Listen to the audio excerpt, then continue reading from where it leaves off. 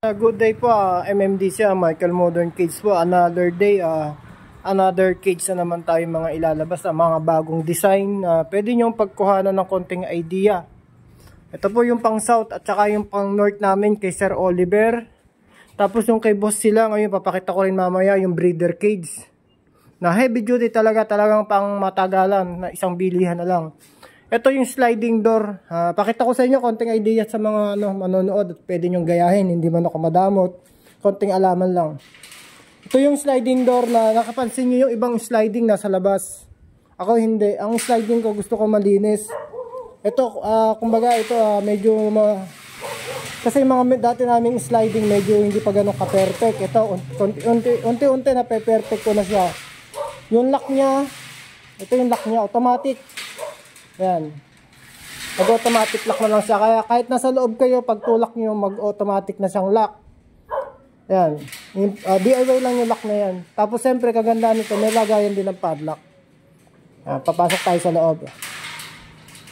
Lagayan ganyan. Ayan. Kagayan, hindi nyo na siya may lalak. Tutulak nyo na lang siya. Matic na yan, nakalock. Tapos sa kabila din, sa second door din, ganun din, automatic din siya. Ayan.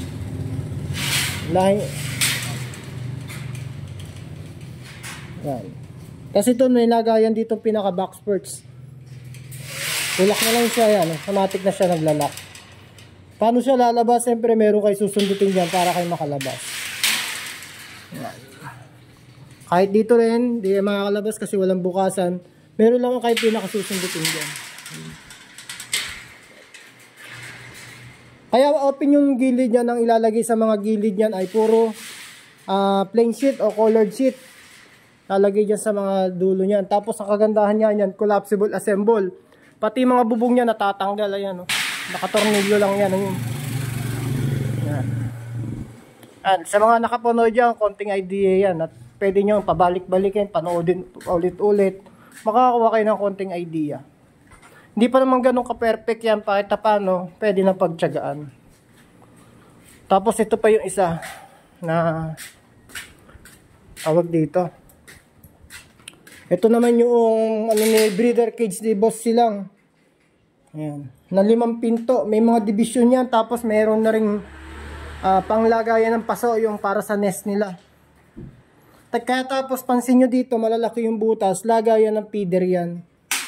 Tapos dito, merong harang yan, ito. Yung pinakaharang yan. Ito na ibababa, saka na itatalo. Hindi pa yung tapos eh. Baka bukas tapos na to. Tapos, ang mga poop tray din yan, may mga poop tray. Tapos yung likod niyan, puro colored sheet. Tapos yung flooring yan, 1 by 1. Okay na. Okay na po. Salamat po sa mga mo-order at nagtitiwala sa gawa namin.